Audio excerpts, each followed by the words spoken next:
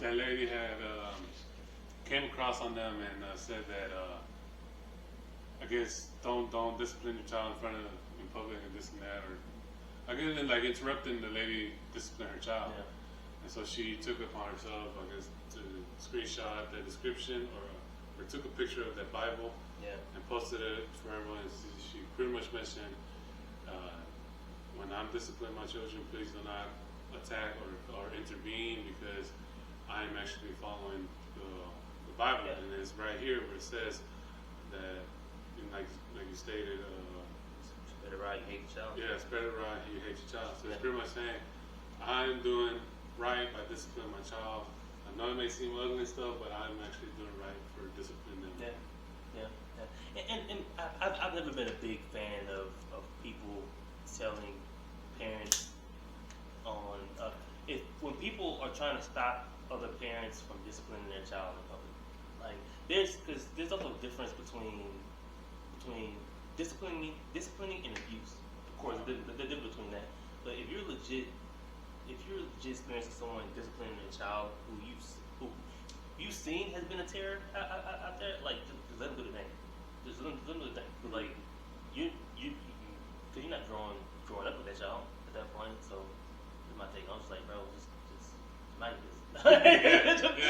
Just mind your business. I mean, that's the best way to look.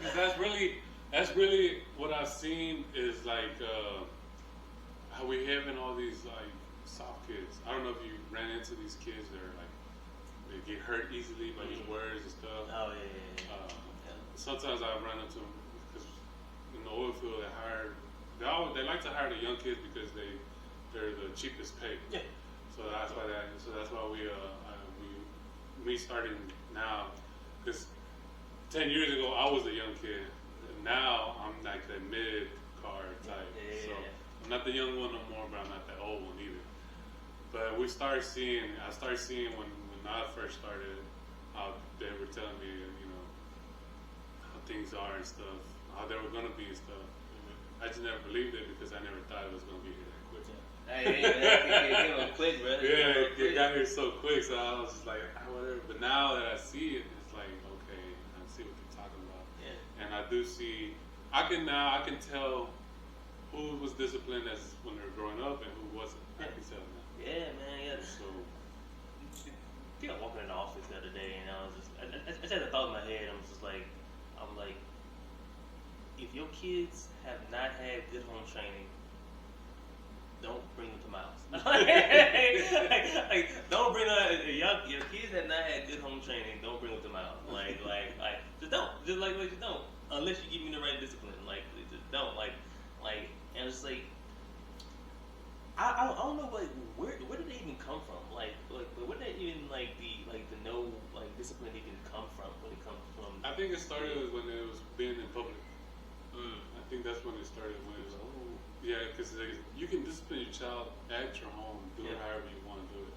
But when you start doing it in public, some people kind of take it with like, oh, that's a little too far, or stuff.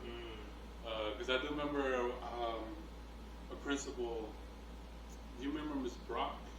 She was like, I think when we were in juniors. I think so. Yeah.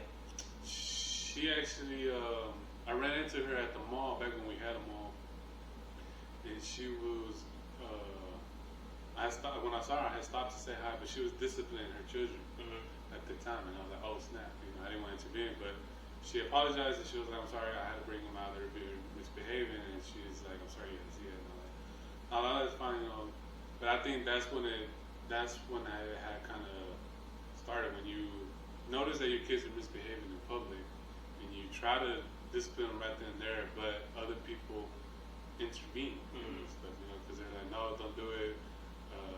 I feel like they try to do it. They want us to do it, their type of way. But sometimes it don't always work that way. No.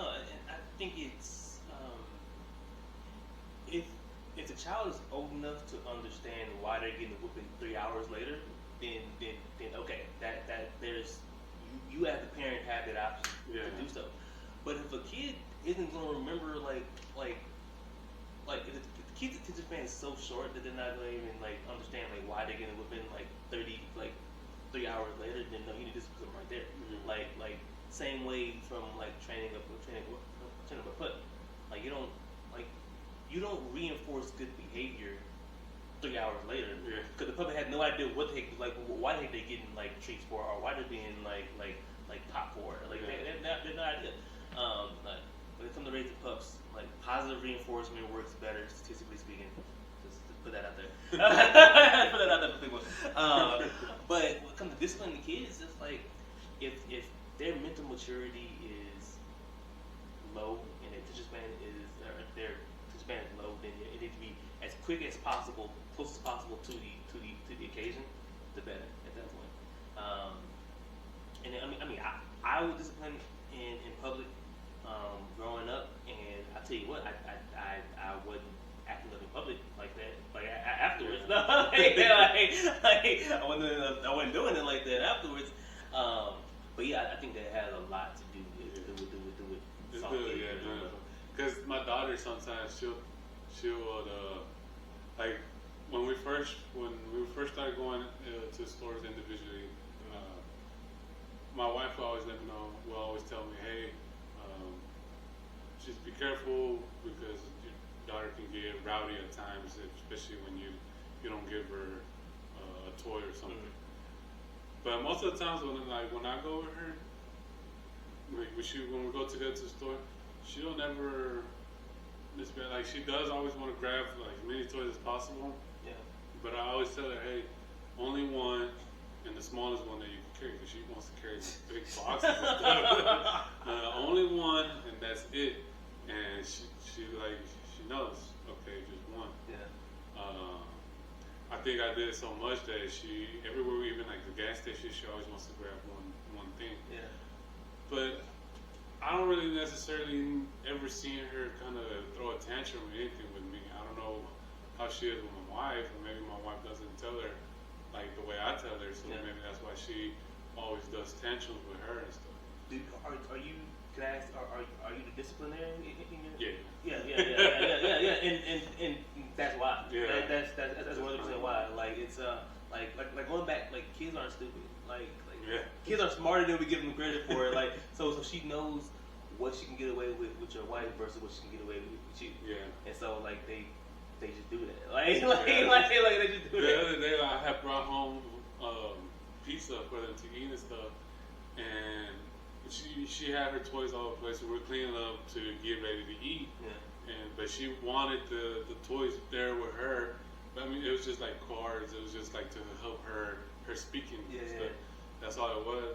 And she threw this big tantrum, and I was just like, I was just like had a horrible day at work. So I guess my wife probably just felt like I was taking it out on her. But I was like, no, it's not that. It's just I can't let her get what she wants, because then she's gonna grow up knowing that she can get what she wants. So it's like, no, if I tell her no, I'm cleaning up so that we can sit down and eat and watch TV, and it's because of that reason. It's not because I'm being an a-hole and trying to put away your toys and stuff. It's just the fact that we want to.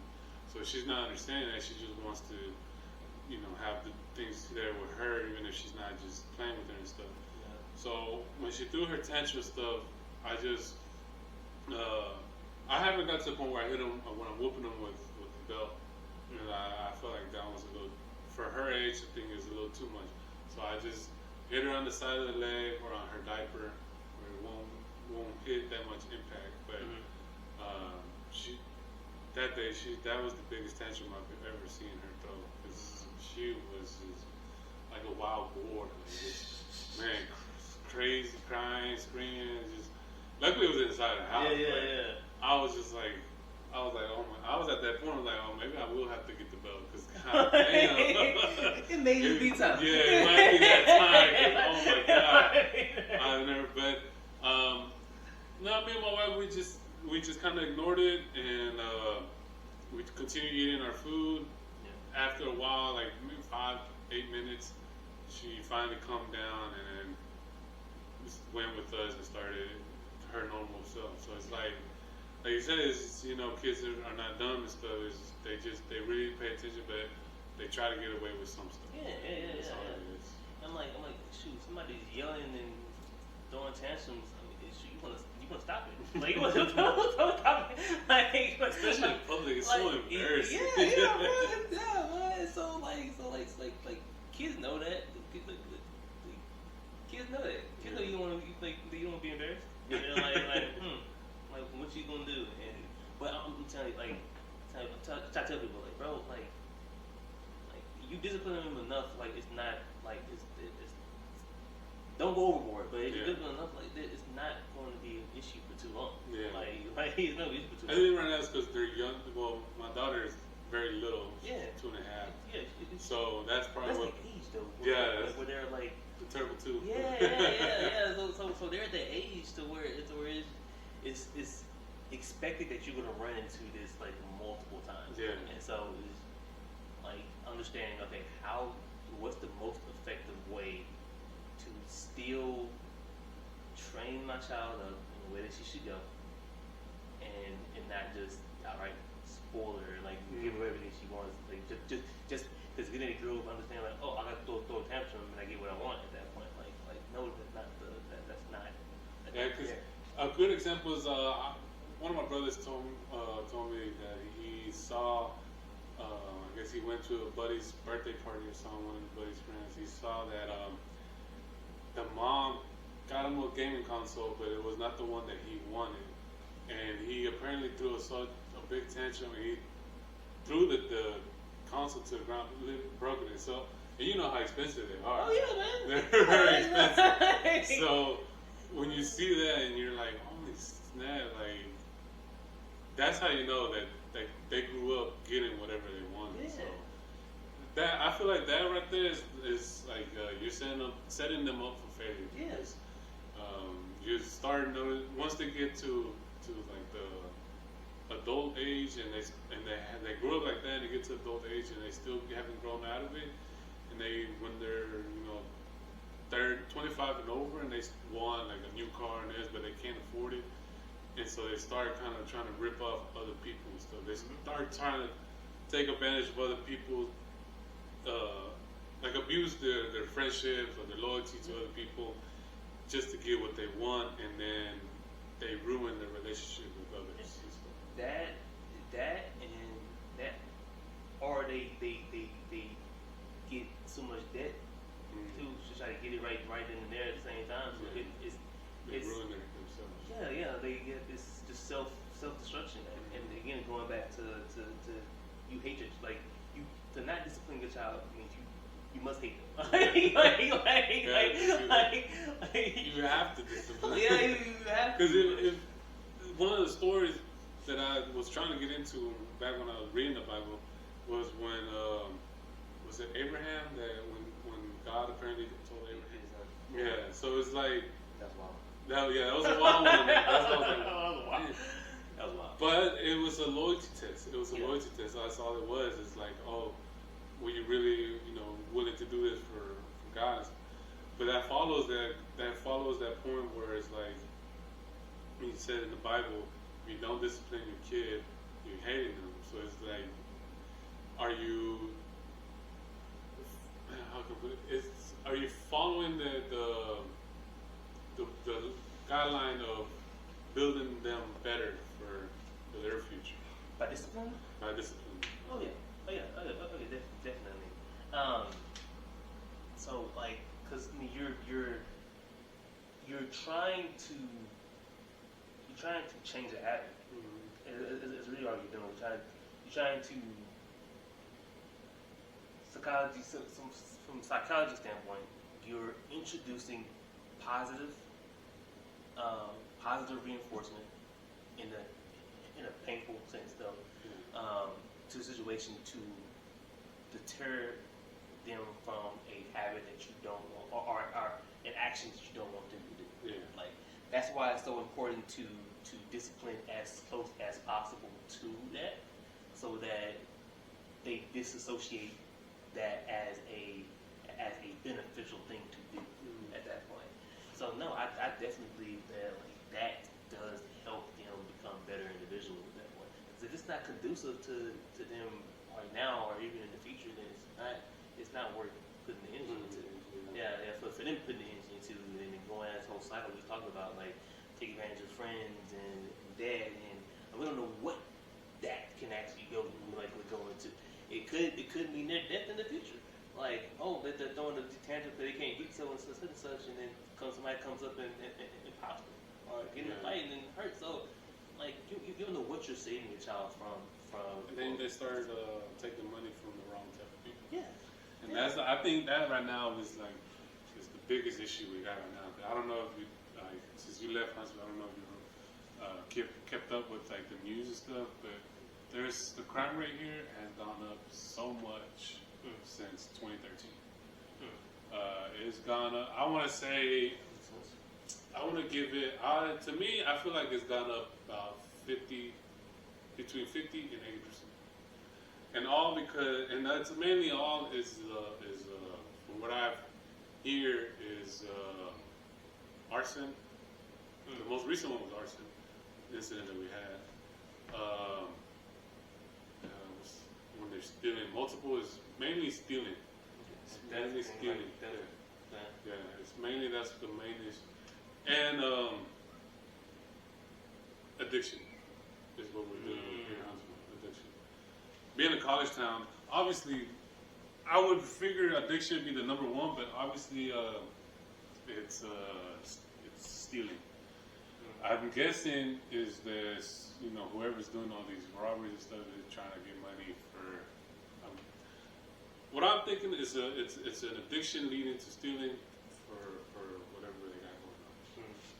But I think that's one of the main problems that is happening right now. And I feel like it's mainly because they weren't disciplined enough as kids to grow out of it.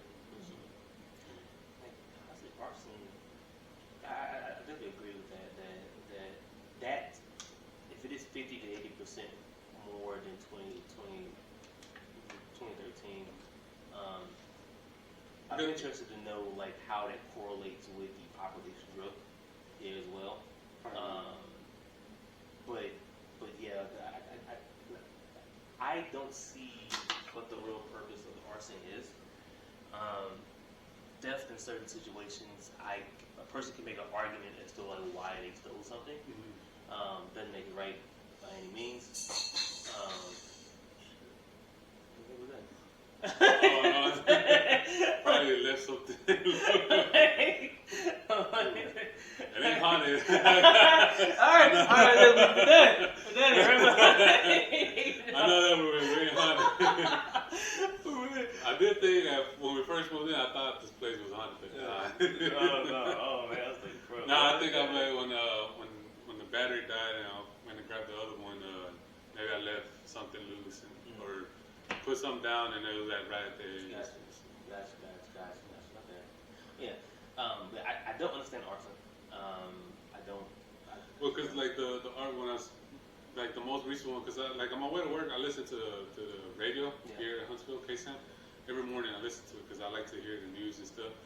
And the most recent one, it was someone had committed arson here because they were trying to. I don't know 100% sure what they were trying to do, but my understanding is that they were trying to insurance fraud. Insurance fraud. Yeah. That makes sense. Yeah. That makes sense. Because there was a house like a couple weeks ago. There was a house that burnt down. I think majority of them survived, I would say, but come to find out a couple days ago, they arrested someone because they found evidence that it was not an accident, so it was on purpose. So it was an arson. So they haven't released a statement of what was behind his agenda of why doing this. I want to say it was insurance, but and like that's what I'm saying. It's mainly I'm thinking mainly is just trying to get money. People are just trying to get money, and that's probably why we're having so much robberies. Because every morning, listen to KSAM. Oh man, it's mainly robberies. Yeah, 75 North. Some started in 75 South, mainly around Bearcat Avenue, the college town. mainly around there. Some off of like it's behind Siete Leguas now. Siete Leguas is where your Golden Crown used to be. Okay. Man, around that too. Oh, wow. That's an older community though. Yeah. Up and over there. It is an older community, but if you drive through there, there's a lot more houses being for rent. That makes sense. Yeah. That makes sense. A lot of houses, because I drive through there sometimes, and it's like, I see a lot of for rent signs. You know what I don't see? Like along the same conversation line here is I don't see too many families intentionally instilling morals and ethics into to the children. That is a great point.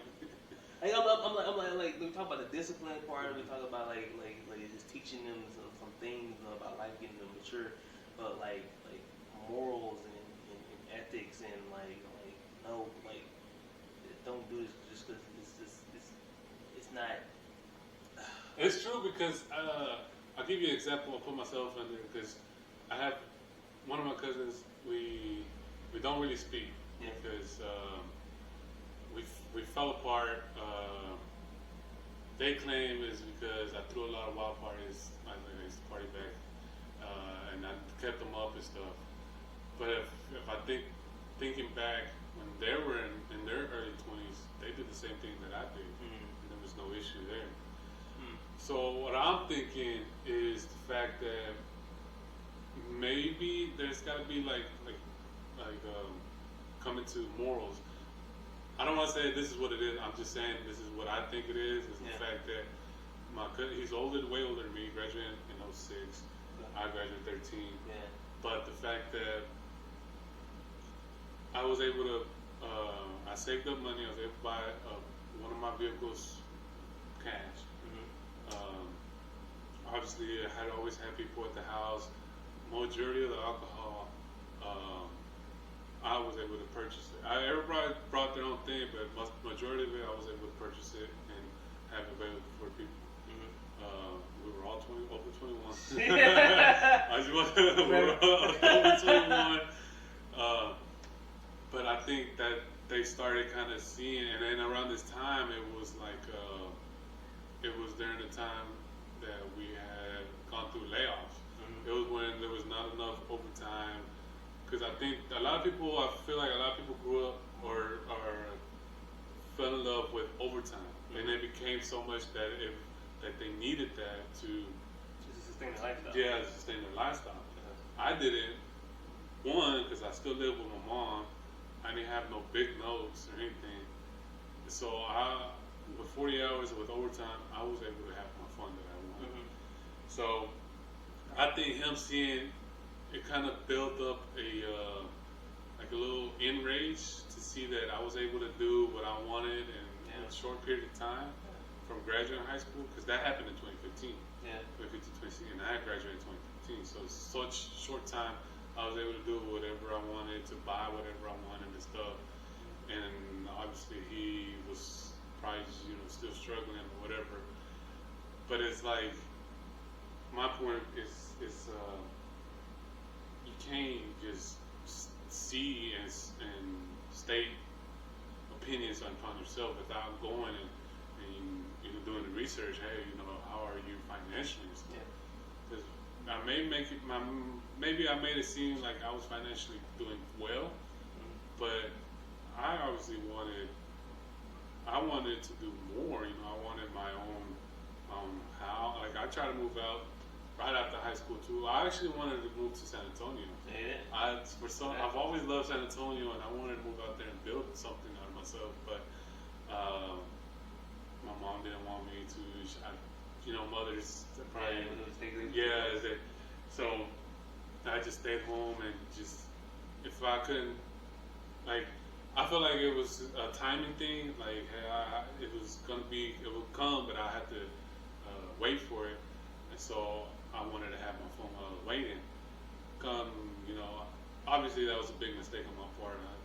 I had to learn that I had to go out and get it. I can't just wait for it to come. Opportunities are not, they'll come, but they can come Far far afield, from, far afield. yeah, so you have to go after them and stuff. But I guess I just made myself, but I think from, to get back into your point, I think the morally, the way he was raised, I guess, was morally incorrect. Like, I feel like he was spoiled and got whatever he wanted, and when he saw that I was doing more in a short period of time, it enraged and jealousy. And I know for a fact there's some lies spreaded. Now I really don't. At that time I cared a lot, but now I don't care because I know the truth. I know my truth. I know within myself. Yes, maybe I did my mistakes. I did apologize. If it was you know, if they take it, didn't take it, that's on them now. Yeah. The fact that there's still the rumors and stuff, or I can tell when they see me, they right away look down. I can tell there's something still enraged within them. So it's like I'm not gonna. That's kind of like childish games now. You know? Yeah. Obviously, if you're still mad at something that we did that's about to be 10 years ago, that's just childish games now. It's on you. Yeah, that's on you. So. Yeah. So yeah, I think you said a lot of people. That's why it's important to discipline your child and to give them what's not good. Yeah. Obviously, we know it's engraved in us that we know what's wrong and what's not wrong. But sometimes the devil likes to play the temptations so much, and so. And it's and really understanding those things for your particular family. Yeah. Like, what's the morals of your family? Like, what's the morals of your family? Like every time you walk out this house, like you're representing. But one, you're representing this family for one. Yeah. But then you're also representing God at the same time. So like, what are you putting out there for them? Like, they have movies and stuff about these rich people and they disown their kids and everything like that. And it's just I've seen a lot of those and really just capturing the thought of embarrassing the family, embarrassing the name, and we think about yourself as family, myself as my wife as a family, and the legacy there. It takes a lot to build up an actual name for yourself and to build up a brand for yourself. Everyone has a brand, regardless if you have a business or not. Like, you have a brand, what you stand for, and you're representing that every time you go out there. Yeah. And if you're taking it upon yourself to, even if it looks so tantalizing to commit arson, steal, because you want those certain things, like, you should really ask yourself, like, am I doing this? Like, why am I doing this? One, and then what's stopping me from going out there and actually getting it? Two. And I think some people want the easy way out. Like, I've heard someone say before, talk more about the stealing piece of it, and like, to them, stealing was the worst thing that a person could do, because they felt as if, like, if a person stole, like, they stole the harder work from someone else, and tried to shortcut themselves to get the thing actually wanted. And it's like, I've seen too many people put hard work into certain things to feel the same way about death that I used to. I used to put it to myself. Thinking about death, I used to put death like on a lower part of like, okay, like, part of, like, you just talking about Ten Commandments, the lower part of that. Like, it's just death, but like, no, like, it's actually it's legit. Mm-hmm. Like, bro, like, you need to go out there and get your own stuff. Yeah. Like, get off your butt, put some work in, get the pain for a little bit, and go out there and get it. Again, I'm not ignorant to the fact that certain people are in situations to where they are out there stealing some bread, stealing money to get to put food in the family, put food in the families. I'm not ignorant to that fact. And there are programs and such to help those individuals out. But for the individuals who have the capabilities to go out there and get it like that, and they're stealing it, no, it's not worth it, man. Yeah, because honestly, man, stealing, like you said, is you stealing from someone else who was winning. I feel like you're taking something that they wanted and worked so hard to accomplish. Because, like, I know I might have made it sound that worked so much and saved up money to buy a cash vehicle. Made it sound easy, but it didn't take. It literally took a lot. I mean, it took 2 years. Of course. So all the hours and stuff. Of course. So yeah, all the blood, sweat, and that you put in to achieve something like that. It hurts once you see someone just take that away from you. Yeah. So it's like, so you're seeing other people taking your stuff that you work so hard. It's like they've stolen part of your life. Yeah. Because the time you took working specifically for that particular thing, like they stole part of your life away at that point. Again, resource you can't get back. Resource you can't get back. I'll give you another example. We were in high school and we got home. My mom, she cleaned houses for a living from 30 years now. That's all she did. And so she saved up money, bought my little brother, a gift for his birthday, a PS3. This is when PlayStation was popular. Yeah. She bought him that, and obviously he was happy and this and that. But so it was one day that she thought she wasn't gonna go to work because one of the truck was the hood was giving her so much trouble to close. So she was like, I'm not gonna be able to go to work because I don't want to drive. What if I'm driving 60 miles and then this hood just pops up? And yeah, so she had called my older brother. He worked the evening shifts at that time. She called him. She said, "Hey, I'm not gonna go to work. Just leave the door open for me so I can go back home." He's like, "Okay, fine." So he leaves it open, not knowing after that phone call that my uncle got there. And he helped her close the hood, and so she was able to go to work. So she never called him back saying, block it, I'm going to go to work. See, she just took off to work. She was, I guess, already behind and stuff, so she wanted to go ahead and leave and catch up on time for whatever house she had that day. Yeah. So my brother leaves the door open that day, and come to find out when we get home and stuff, me and my brother, we get home from school and we're ready to play, Grand Theft Auto or whatever game we had.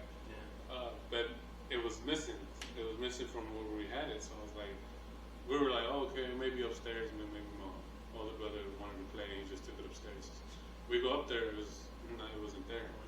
So we started questioning. We called my brother like, hey, did you move the PS3 and this and that? He's like, nah, it was there. When I closed it. So that got everyone's attention, so everyone started looking for stuff. I think my sister-in-law started noticing some of her jewelry was missing.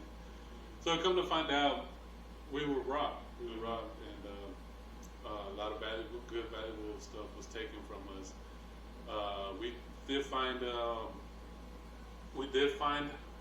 who took it. It was another family member. Yeah, another family member. That's wild. And so I know, maybe my mom and all them were mad at the fact that it was our own family member took it from us and stuff. She was an addict. She was an addict at the time. I don't know if she still is or not. Hopefully she's not.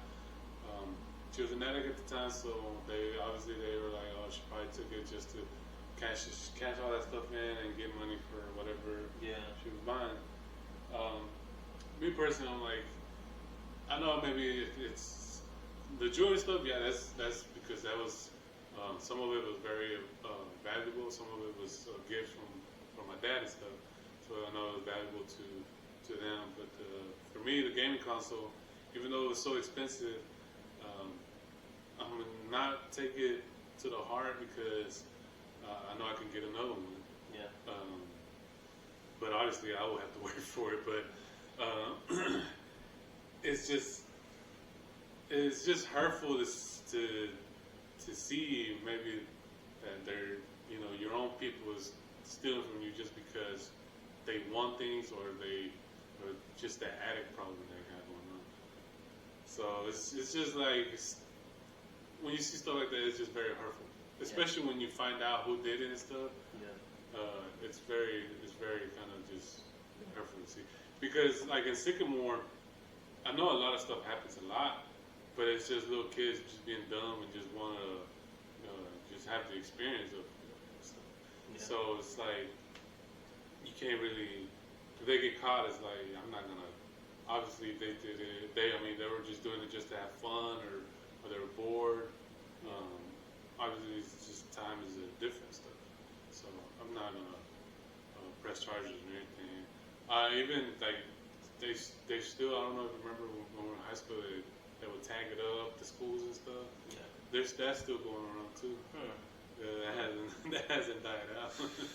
So they were going around tagging. I know one of my cousins, his fence got tagged up, so he had to buy a pressure washer to wash all that stuff off. Wow. Yeah, so it's crazy. It's crazy just how in general people are being, how things are changing. Yeah.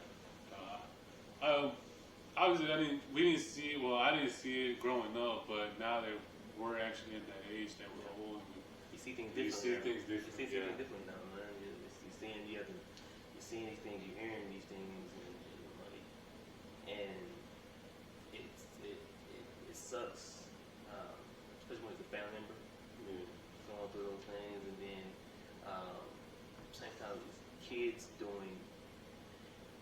get more grace. Kids will get more grace sometimes, depending on what's going on.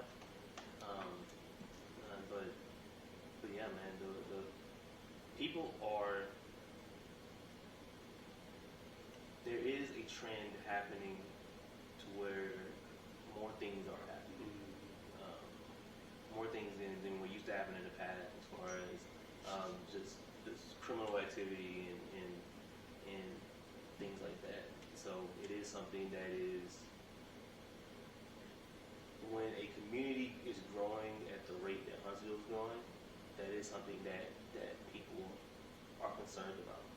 Like, how is, with the new influx of people coming in, they don't have the same morals, they don't have the same ethics, they don't have the same attachment to the community and to the businesses here that we as the people who grew up here or live here do. And so you bring in a lot of different individuals, and it opens the door to a lot of different things at that point. I feel like, man, here in Huntsville, I feel like the biggest issue we're having is drug addiction.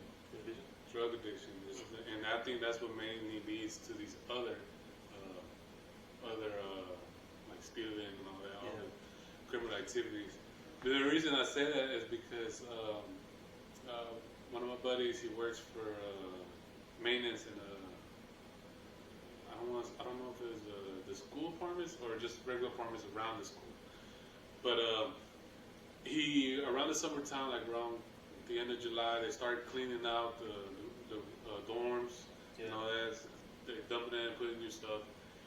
He sent us a picture, and he literally found a little, those great boxes where people usually store those great containers.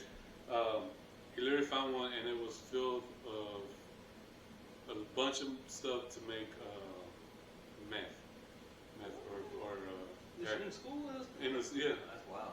Yeah, so that's why I was like, man, see, that's the number one. I feel like that's the number one problem that Huntsville is facing is these drugs coming in here. So, and since we were small, we're always growing. Everybody's just they have. It's a consumer thing. You know, they have to buy and sell. So obviously these older guys are probably just out there selling to these younger kids and just pretty much messing up their lives. And it's hard to kind of touch on that type of subject because at the end it's always also like it falls on how the kid grows out of it and stuff. Because I'm not gonna lie, when I was in high school, I smoked weed too, but I knew if I wanted a better life for myself, I would have to cut that stuff off and be free from it. Yeah, man, it's I think I'd be interested to know. Well, I kind of got a feeling of like, especially a college town, like how the drug articulate through the process, through the individuals. It's interesting that you believe that's the biggest concern right now, which is something that's new to Huntsville, right? Like that level of addiction. I mean, we've had the college here for the longest, but like at that level. To make it, yeah. Especially the fact that if you know the stuff, if you're not doing it right or something goes wrong, that stuff is very explosive. Yeah. You know, like what? Like, and so like it's one of the things where you hope they knew. It's one thing where you hope they knew what they were doing. Like, you know, like, yo, I don't want you to make mess, but like, I hope you know what you're doing because like you're affecting the safety of everyone else in the building at this point. It's just wild to me, man. Like, I went to A&M. I've never seen I've never seen people do meth. I've never seen like the components of like a meth lab at all, except for TV. I saw a lot of other things happening there, but not meth. I just feel like cocaine and meth up there are just up there to me as far as like oh, you don't mess with those drugs like at all, because like that's like an immediate slippery slope at that point. But see, you would think that, but I've seen like a lot of people actually love doing more the cocaine. Actually, they love. I don't know what it is. It's the energy. The energy out of it. I think from what I see, from what I see, I think from what I see, I know what a lot of in celebrity world, fame world, like they utilize cocaine a lot there, and I think it's the energy. And I heard it like it cuts, like if you're you feeling a little buzz and stuff. I heard it cuts all that off and makes you like sober again. Ready to go. Yeah. But I just never, I've never even wanted to touch stuff, man. I know me personally, I'm easily addicted to things, and so I was like I ain't trying to. Like I had a bad chocolate addiction. Yeah, man. I love to eat chocolate. That's why I grew up. Bruh. So, shoot. Yeah. No, dog. I just can't, bro. But and I will say this.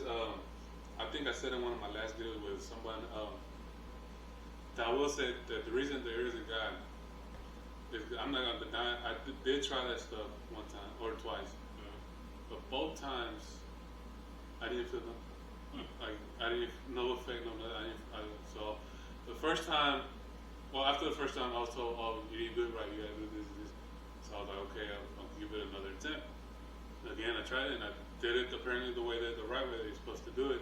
It still didn't affect nothing. So after that, the next morning when I woke up, I didn't feel nothing. I was the same. I felt the same way as always. I was like, that to me is a sign that God is watching over me. Because obviously, probably, maybe in another alternative universe, whatever, obviously there's probably like you said, an addict of myself out there. And so for him to cover me like that is like, that to me is like showing it's not meant for me. So that's when I was like, okay, I'm stick to what my usual, alcohol. Yeah. All that. Yeah. Even alcohol, honestly now, ever since my daughter was born, I literally cut alcohol consume. Yeah, I heard in one of your videos that you had that you cut back like a lot of alcohol. Yeah, I like. So what made, so was it just a conscious thing you just did? Just like, you know what, my daughter's born, I'm just put it away, or do you have a conversation with yourself? How did that go? I wanted to die, man. It was actually before when my daughter was coming to be born. Around this time, I was having a lot of nightmares. I was having a lot of nightmares that I wasn't really mentally, physically, even financially ready to take care of somebody. So I was like, I wanted to know. I actually had a lot of dreams with my dad. Because I guess we need that one person to consult with to kind of help us out. Yeah. In that dream, he told me the same thing that the last thing he ever told me was everything's gonna be alright. Yeah. And so, can I get a little touch? Hey, man, I feel it, bro. I feel it. Yeah. Bro. So that to me was like kind of like a spiritual awakening. Like, everything's gonna be alright, but within myself, I have to change the person I am to be better, to be a better person for that big responsibility I'm going to get. So I knew that if I needed to be there for her, I needed to be there.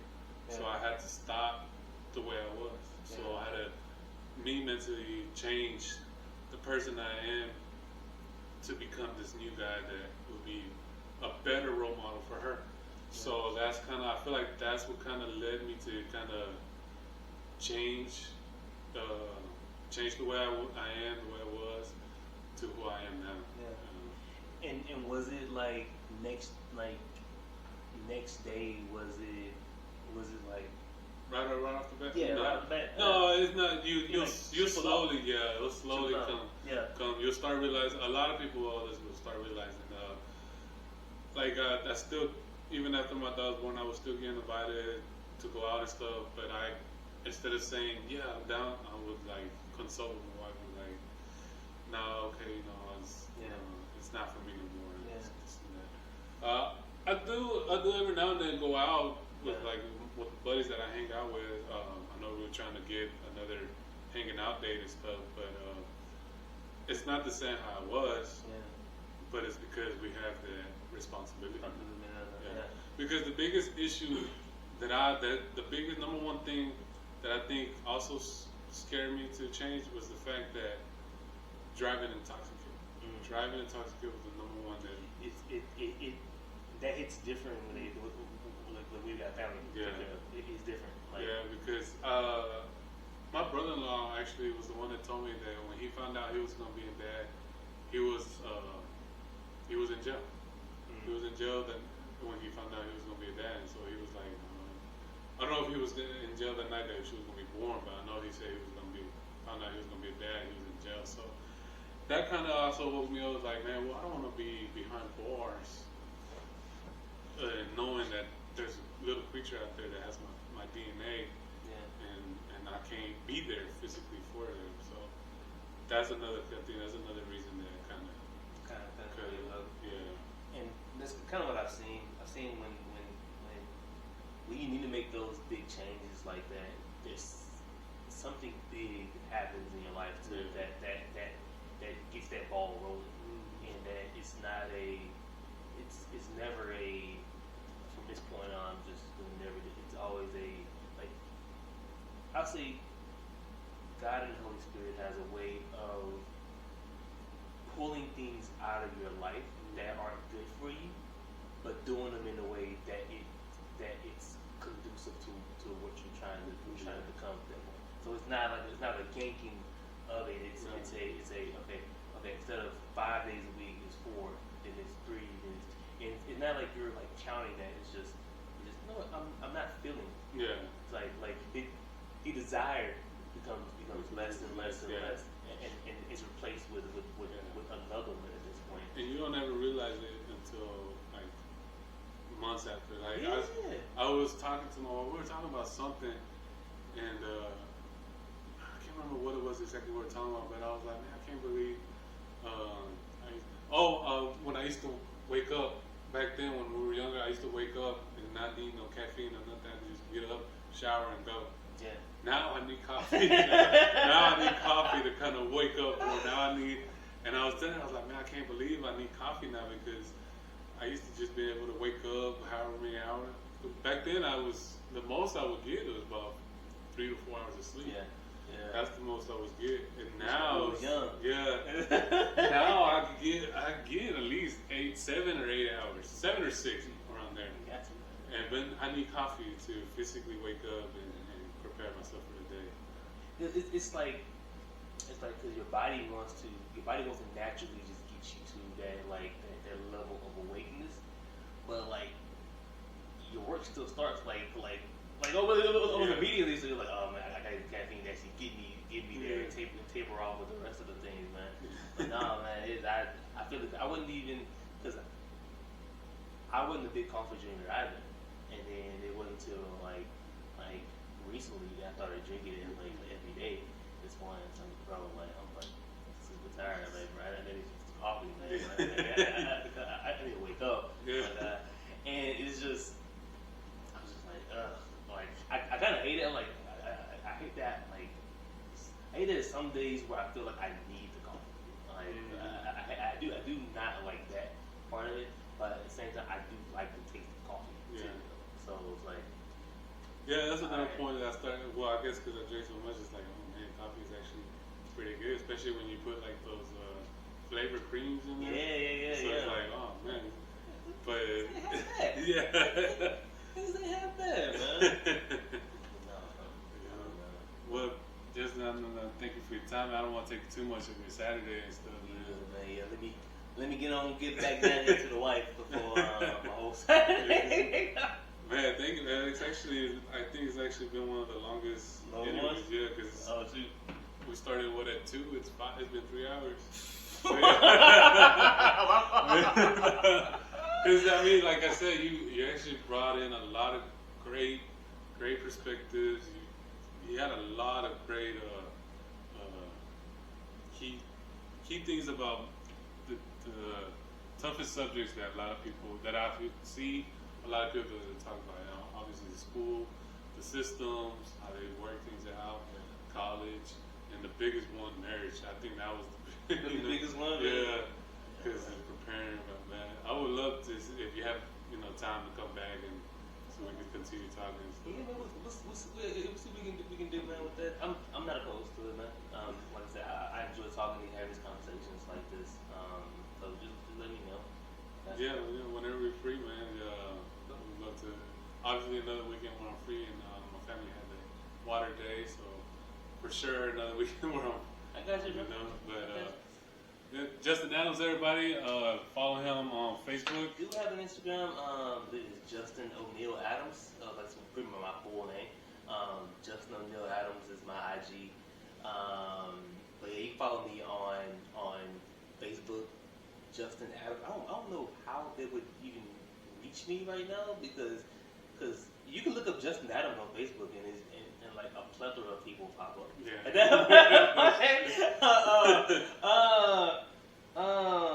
You can follow Interior. Yeah. So you can follow our business. It is Experience All Good Things Interior Design. We have a Facebook page on there. And you follow there, then I can get connected with y'all as well through there. So yeah. Thank you, everybody. Thank you for tuning in. All right, Hope you love me. Later.